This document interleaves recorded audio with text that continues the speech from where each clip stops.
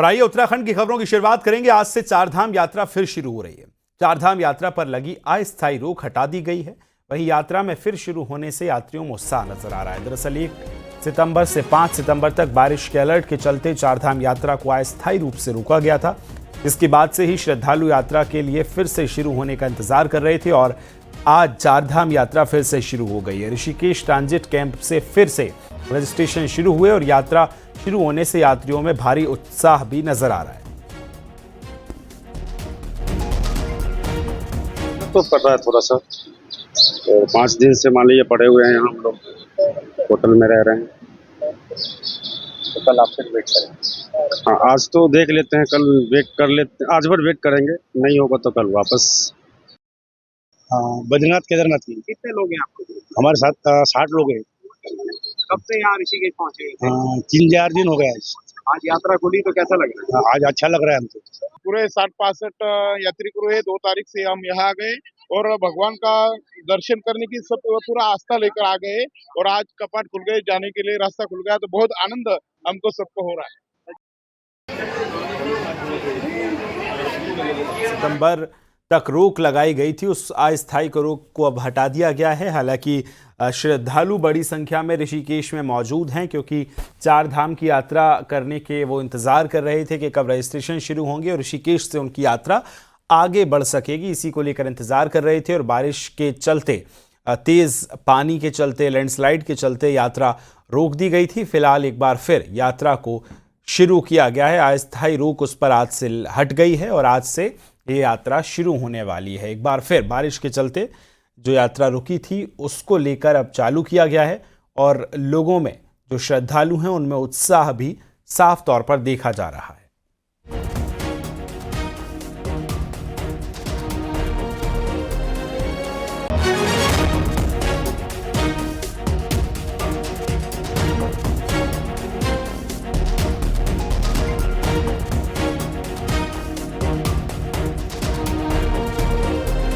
यात्रा शुरू होने से एक बार फिर उत्साह देखने को मिल रहा है। आज से चार धाम की यात्रा शुरू हो रही है और हाल ही में हमने देखा था कि तेज बारिश और बाढ़ के चक्कर में और लैंडस्लाइड के कारण इस यात्रा को रोकना पड़ा था। इसके बाद 5 तारीख तक अस्थायी रोक लगा दी गई थी। हालांकि आज से इस यात्रा पर रोक हटा दी गई है और यह यात्रा आज से शुरू होगी। रजिस्ट्रेशन शुरू हो गए हैं। बड़ी संख्या में लोग देश भर के कोने कोने से ऋषिकेश में मौजूद हैं और वहां से इस यात्रा को आगे अब चार धाम की तरफ बढ़ाना चाहते हैं वो, और लिहाजा आज से रजिस्ट्रेशन फिर से शुरू होंगे। तो बड़ी संख्या में श्रद्धालु जो हैं आज पहुंचेंगे यात्रा के लिए और 5 सितंबर तक अस्थायी जो रोक लगाई गई थी यात्रा को लेकर, उसे अब हटा दिया गया।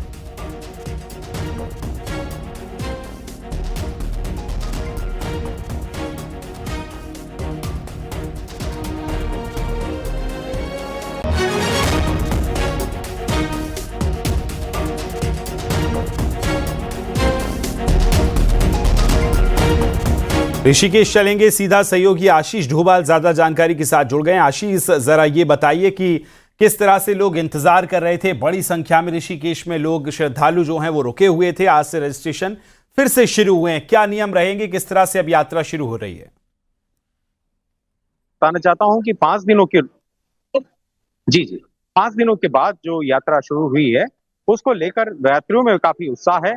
और ये जो रोक लगाई गई थी सरकार की तरफ से, मौसम और सड़क का जो हाल था उत्तराखंड में आपदा के चलते, उसके कारण लगाई गई थी। लेकिन फीडबैक मिलने के बाद अब सरकार ने इस पे रोक हटा ली गई है और सुबह से लगभग 150 से ज्यादा लोग अभी तक रजिस्ट्रेशन करा चुके हैं और लगातार लोगों के आने का सिलसिला जो है वो जारी है और यहाँ से यात्रा को प्रारंभ करना शुरू कर रहे हैं। और ऐसी श्रद्धालुओं में खुशी देखी जा रही है, क्योंकि 5 दिनों से लोग यहाँ पर डेरा डाले हुए थे, तो उनके जो यात्रा का बजट जो है वो भी बढ़ गया था और होटल्स में उनको रहना पड़ रहा था, जिसके कारण यात्री चाह रहे थे जल्दी से जल्दी यात्रा खुले और उनको आगे जाने की सुविधा मिले। और इस समय सरकार का बड़ा फैसला सामने आया है। यात्रा को पूर्णतः जो अस्थायी रोक लगाई गई थी हटा ली गई है और जो पूरे श्रद्धालु हैं वो बड़ी संख्या में ऋषिकेश ट्रांजिट कैंप में पहुंचकर अपना रजिस्ट्रेशन करा रहे हैं और आस्था पथ पर आगे बढ़ रहे हैं। बद्रीनाथ और केदारनाथ धाम के लिए आज यात्रा खोली गई है और 2 धामों के लिए काफी संख्या में रजिस्ट्रेशन आज होने जा रहे हैं और यात्रियों में काफी उत्साह देखा जा रहा है। जी ठीक है आशीष, नजर बना के रखिएगा, फिलहाल अपडेट्स लेते रहेंगे। शुक्रिया जानकारी के लिए। आगे बढ़ेंगे। चमोली में बद्रीनाथ नेशनल हाईवे फिर से बंद हो गया है। नंदप्रयाग के पास पहाड़ी से मलबा आ गया और बारिश के बाद हाईवे पर मलबा आने से आवाजाही पूरी तरह से बंद हो गई। हाईवे को खोलने का काम भी अब लगातार किया जा रहा है।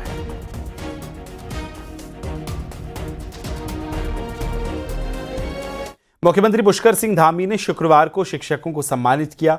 5 सितंबर शिक्षक दिवस के अवसर पर देहरादून में 16 शिक्षकों को शैलेश मटियानी पुरस्कार दिए गए, जिसमें से प्रारंभिक शिक्षा से 9 टीचर, माध्यमिक शिक्षा से 5 और डाइट और संस्कृत से 1-1 शिक्षक शामिल थे। सभी सम्मानित टीचरों को 2 साल का सेवा विस्तार मिलेगा। सीएम धामी ने कहा कि शिक्षक इंसान के जीवन का आधार है और शिक्षक ही लोगों को अपनी जिंदगी के लिए बेहतर बनाता है। उत्कृष्ट रहा है। इसके साथ ही जनपद राज्य में प्रत्येक वर्ष जो शिक्षा के क्षेत्र में ऐसे शिक्षक जिन्होंने शिक्षा में नवाचार किया है, उत्कृष्टता प्राप्त की है और विद्यार्थियों का बहुत शानदार तरीके से मार्गदर्शन किया है, उस कड़ी में शिक्षकों को सम्मानित करते हैं और शैलेश मटियानी पुरस्कार उनको यहाँ पर दिया जाता है। उसी कड़ी में आज भी यहाँ पर 16 शिक्षकों को शैलेश मटियानी पुरस्कार दिया गया है। निश्चित रूप से ये सभी शिक्षक आने वाले समय में अन्य जो शिक्षा के क्षेत्र में शिक्षा देने वाले हमारे गुरुजन हैं, शिक्षकगण हैं, उन सभी का एक रोल मॉडल बनेंगे। उनका लिए एक आदर्श, उनके जीवन का, उनके लिए पाथेय का काम करेगा। मुख्यमंत्री पुष्कर सिंह धामी ने शुक्रवार को मुख्यमंत्री कैंप कार्यालय से हेलो हल्द्वानी 91.2 FM सामुदायिक रेडियो मोबाइल ऐप का लोकार्पण किया। सीएम धामी ने इसे उत्तराखंड की शिक्षा और संस्कृति के लिए एक महत्वपूर्ण पहल बताया है। मुख्यमंत्री ने कहा कि शिक्षा जीवन को दिशा देने का, आत्मनिर्भर बनाने का माध्यम है।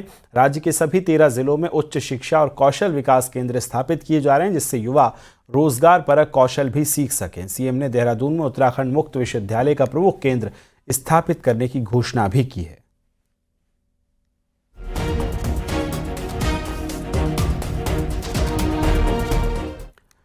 उत्तराखंड के कई जिलों में शुक्रवार को जिला पंचायत अध्यक्ष का शपथ ग्रहण समारोह हुआ। देहरादून में शपथ ग्रहण समारोह में कांग्रेस के बड़े नेता स्तर के मौजूद रहे। दून के हिमालयन संस्कृति केंद्र में शपथ ग्रहण का प्रोग्राम हुआ। डीएम देहरादून सबिन बंसल ने सुखविंदर कौर को अध्यक्ष और अभिषेक सिंह को उपाध्यक्ष पद की शपथ दिलाई। इस प्रोग्राम में यशपाल आर्य, पूर्व सीएम हरीश रावत भी मौजूद रहे। इस मौके पर हरीश रावत ने प्रीतम सिंह की तारीफ की। चमोली में एक भव्य समारोह में जिला पंचायत अध्यक्ष दौलत सिंह और उपाध्यक्ष के साथ नवनिर्वाचित सदस्यों का शपथ ग्रहण हुआ। रुद्रप्रयाग जिला पंचायत निर्वाचित अध्यक्ष, उपाध्यक्ष एवं सदस्यों का शपथ ग्रहण हुआ। तो वहीं पूनम देवी कठैत को जिला अध्यक्ष पद की शपथ दिलाई। अल्मोड़ा में भी जिला पंचायत सदस्य और अध्यक्ष ने पद की शपथ ली। जिला पंचायत अध्यक्ष पद की हेमा गौड़ा ने शपथ ली और इस मौके पर कैबिनेट मंत्री रेखा आर्या भी मौजूद रहीं। पिथौरागढ़ जिला पंचायत में शपथ ग्रहण समारोह हुआ। डीएम विनोद गोस्वामी ने नवनिर्वाचित अध्यक्ष जितेंद्र प्रसाद और उपाध्यक्ष दीपिका चौफाल को पद और गोपनीयता की शपथ दिलाई है।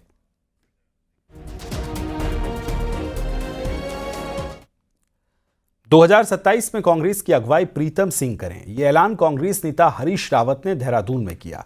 इस बयान के बाद से कई सवाल खड़े हो रहे हैं और सबसे बड़ा सवाल ये कि प्रीतम सिंह की अगुवाई होगी तो तय करना करण माहरा की क्या विदाई होगी और क्या प्रीतम सिंह कांग्रेस की तरफ से पहले अध्यक्ष और फिर मुख्यमंत्री का चेहरा होंगे।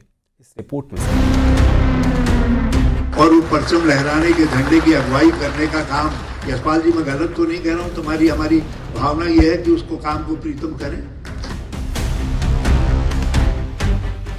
देहरादून में जिला पंचायत का शपथ ग्रहण समारोह हुआ तो इस जीत का सेहरा कांग्रेस नेता हरीश रावत ने पूरी तरह प्रीतम सिंह के सर बांधा। इतना ही नहीं, हरीश रावत ने प्रीतम सिंह को लीडर और कमांडर दोनों बता दिया। हरीश रावत ने मंच से कह दिया कि सब चाहते हैं कि 2027 में चुनाव की अगुवाई प्रीतम सिंह करें।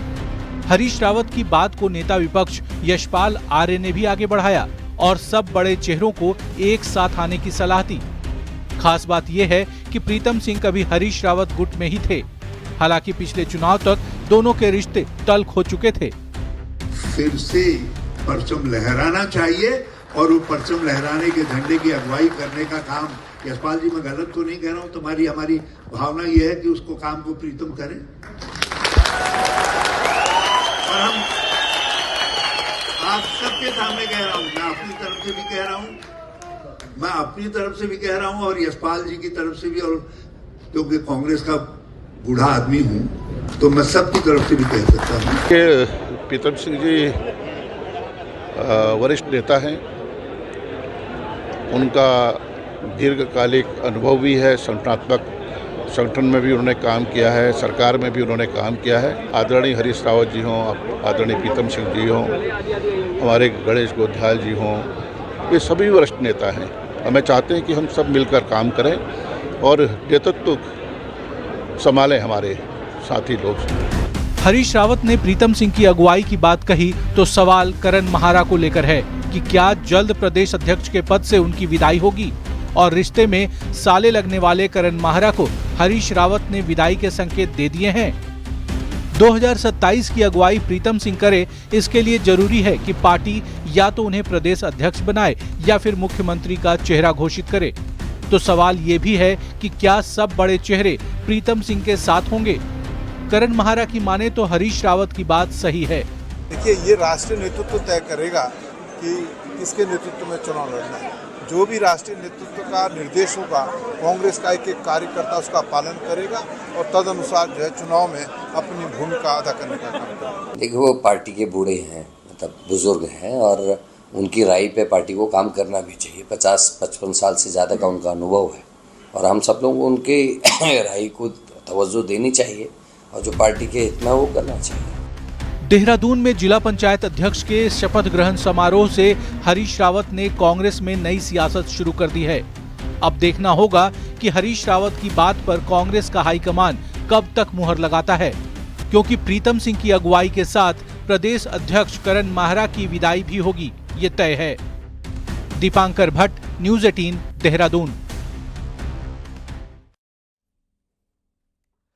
कांग्रेस के देश भर में जिला अध्यक्षों के चयन के संगठन सृजन कार्यक्रम चल रहे हैं।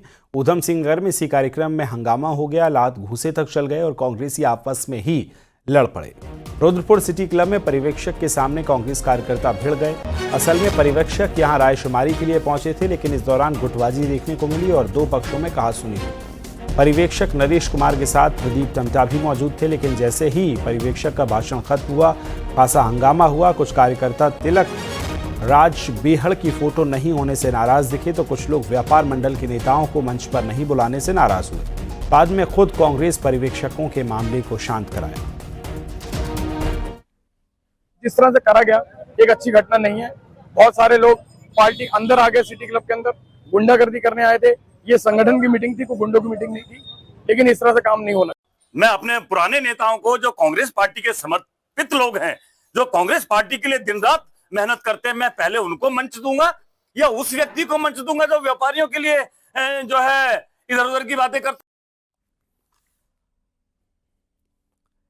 सनातन के नाम पर बीजेपी के साथ गया ब्राह्मण कांग्रेस के साथ आए हैं, क्योंकि ब्राह्मण और कांग्रेस की सोच एक जैसी है।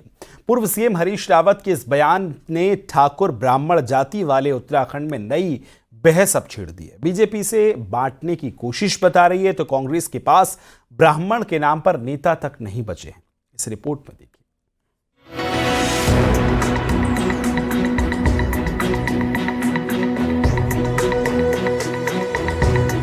पूर्व सीएम हरीश रावत ने बागेश्वर में ब्राह्मणों पर बयान दिया तो देहरादून में भी वही बात दोहराई। हरीश रावत के मुताबिक स्वतंत्रता संग्राम से ब्राह्मण कांग्रेस के साथ था, लेकिन हिंदुत्व के नाम पर बीजेपी के साथ चला गया और इसका नुकसान हिंदुओं को भी हुआ, ब्राह्मणों को भी। इसलिए अब ब्राह्मणों को कांग्रेस के साथ आना चाहिए। देश की आजादी के समय से लेकर के देश बनाने तक की भूमिका में ब्राह्मण कांग्रेस के साथ खड़े रहे, आगे रहे, और इसीलिए जो आज का भारत है वो बन पाया। मैंने कहा अब राहुल गांधी जी के नेतृत्व में दबे कुचलों और पिछड़ों, जो वंचित हैं, जो शोषित हैं, उनको आगे ला करके उसमें जोड़ने का काम हो रहा है। अब इस जोड़ के काम में भी, जैसे देश की आज़ादी की लड़ाई के जोड़ के काम में और देश बनाने के जोड़ के काम में ब्राह्मण कांग्रेस के साथ थे, इस महान काम में भी राहुल गांधी के साथ और कांग्रेस के साथ आकर के खड़े हैं। हरीश रावत का ये बयान उत्तराखंड के लिए बड़ा बयान है, जहां करीब 28% ब्राह्मण वोटर होने के बाद ब्राह्मण कांग्रेस से दूर दिखता है। बड़े चेहरों में जहां गणेश गोदियाल के अलावा दूसरा चेहरा खोजे नहीं मिलता, तो पार्टी सिस्टम से लेकर इलेक्शन तक ब्राह्मण नजर नहीं आते। ऐसे में हरीश रावत की तरफ से ब्राह्मणों की चिंता क्या 2027 में कांग्रेस को कोई फायदा देगी, और क्या उत्तराखंड में बीजेपी के साथ गया ब्राह्मण वोट कांग्रेस के साथ आएगा? सवाल ये है। हरीश रावत जब पंजाब जाते हैं तब तो वो कहते हैं कि यहाँ अनुसूचित जाति का मुख्यमंत्री होना चाहिए। आप राजस्थान के अंदर राजपूत की बात करते हैं, आज उत्तराखंड के अंदर इस प्रकार की बात करके आप अपने आप प्रायश्चित कर रहे हैं।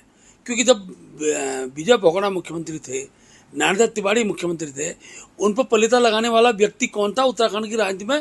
कांग्रेस की राजनीति में हर व्यक्ति जानता है। मथुरा दत्त जोशी वो भी ब्राह्मण थे, तो इस तरह की बातें मेरे ख्याल से नहीं होनी चाहिए। उनका जो तात्पर्य भी था उसको वो बेहतर से एक्सप्लेन कर सकते हैं, लेकिन कांग्रेस ने कभी भी इस तरीके का भेदभाव नहीं किया है। जो योग्य है उसको यथा योग्य जो है जिम्मेदारियां दी गई हैं। उत्तराखंड में कांग्रेस हो या बीजेपी, यहाँ के सियासी गणित में ब्राह्मण ठाकुर का कॉम्बिनेशन जरूर देखती है। ऐसे में हरीश रावत के बयान ने सियासत में तड़का जरूर लगा दिया है। देहरादून से न्यूज़ 18 के लिए दीपांकर भट्ट की रिपोर्ट।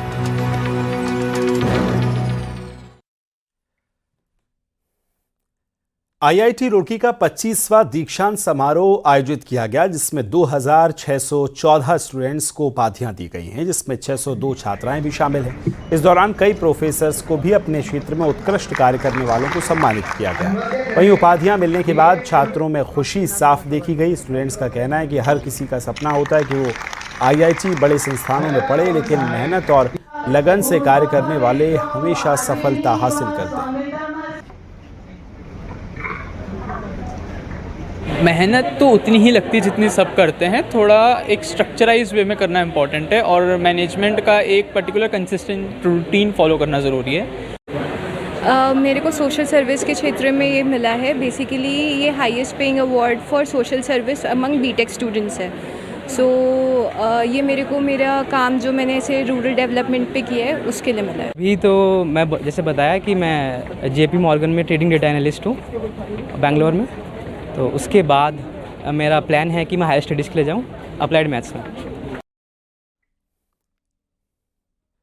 रुड़की में बारिश के बाद सड़कों का खासा नुकसान हुआ है, तो विरोध के रूप में एक शख्स सड़क के बीच में बने गड्ढे में जाकर बैठ गया। शख्स ने बड़े से गड्ढे में कुर्सी टेबल लगाई और अखबार के साथ चाय का कप लेकर विरोध का स्वरूप गड्ढे में बैठ गया। इस दौरान शख्स ने अपने साथ बीजेपी का झंडा भी लगाया। सड़कों के गड्ढे का अनोखा रूप में ये विरोध देखा गया है और आरोप लगाए कि रोड बनाने में करप्शन हुआ है और इसलिए जल्द ही ऐसे रोड ध्वस्त हो गए हैं। कार्यदायी संस्थाओं पर रोड की खराब क्वालिटी को लेकर सवाल अब खड़े होने लगे हैं। इसमें इस तरीके से पैसा लगाया गया है कि हर जगह ये गड्ढे बैठते जा रहे हैं। जिस तरीके से रुड़की शहर का विकास होना था, ये गड्ढे बता रहे हैं कि इस प्रोजेक्ट को लाने वाले नेताओं ने अपना कैसा विकास किया, इस प्रोजेक्ट को एनओसी देने वालों ने अपना कितना विकास किया, और इसमें जो अधिकारीगण शामिल थे उनका कितना विकास हुआ। रात की जो बारिश हुई थी, पुनः जो है एक दो जगह गड्ढे काफ़ी हो गए हैं। अभी सुबह मेरी यही सीवरेज जुनैद से बात हुई है, तो उनके द्वारा कहा गया कि सर हम उसका रिपेयर करवा रहे हैं, मलबा तलाश है, थोड़ा नगर निगम सहयोग कर दें। ब्रांडेड कंपनियों की नकली दवाइयां बनाने वाले गैंग का पर्दाफाश हुआ और उत्तराखंड एसटीएफ ने गैंग के 2 सदस्यों को गिरफ्तार किया। दोनों की गिरफ्तारी पंजाब के जीरकपुर से की गई है। जून महीने में ब्रांडेड दवा कंपनियों के नकली wrapper, outbox, QR code police ने बरामद किए हैं। मामले की गंभीरता को देखते हुए एसटीएफ को जांच दी गई है। पकड़े गए आरोपी प्रदीप कुमार ने नवीद बंसल के साथ मिलकर नकली दवाइयों का काम शुरू किया था। ये लोग नकली दवा बनाकर पंचकुला की नोबल फार्मेसी की मदद से सप्लाई करते थे। जो नकली दवाइयों के संबंध में ये जून माह में सेलागुई में मुकदमा पंजीकृत हुआ था और इसकी इंपॉर्टेंस को देखते हुए पुलिस हेडक्वार्टर ने ये इन्वेस्टिगेशन एसटीएफ को ट्रांसफर की थी और इसमें इस पूरे गैंग को करीब करीब हम लोगों ने बस्ट कर दिया है और इसमें 10 अरेस्टिंग पहले हो रखी हैं और ये 11वीं 12वीं 2 अरेस्टिंग अभी हुई हैं। कोटद्वार के पास मालनी नदी में कुछ दिन पहले एक हाथी का बच्चा बह गया था। उसी हाथी के बच्चे को लैंसडौन के वन कर्मियों ने साकुशल रेस्क्यू कर लिया है और उसे झुंड से मिलाने की कोशिश भी की गई है, लेकिन हाथियों का झुंड नहीं मिला। अब उसे कॉर्बेट टाइगर रिजर्व के कालागढ़ के एलिफेंट कैंप में लाया गया है, जहां उसका इलाज चल रहा है। हाथी का बच्चा सिर्फ 1 महीने का ही बताया जा रहा है। लैंसडौन फॉरेस्ट डिवीजन जो हमारा है, उसके स्टाफ ने बड़ी मेहनत करके उस बच्चे को रेस्क्यू किया है। उसको प्राथमिक उपचार वहाँ पर दिया गया, उसको हर्ड से मिलाने की कोशिश की गई। जब वो सफल नहीं हो पाया तो ये जो बच्चा है, जो मादा है, लगभग 1 माह की उसकी उम्र है, उसको आगे ट्रीटमेंट करने के लिए और उसका देखरेख करने के लिए कॉर्बेट टाइगर रिजर्व के जो कालागढ़ स्थित हमारा हाथी सेंटर है, वहाँ पर लाया गया है। हमारे जो पशु चिकित्सा अधिकारी हैं वो उसका इलाज और ट्रीटमेंट कर रहे हैं।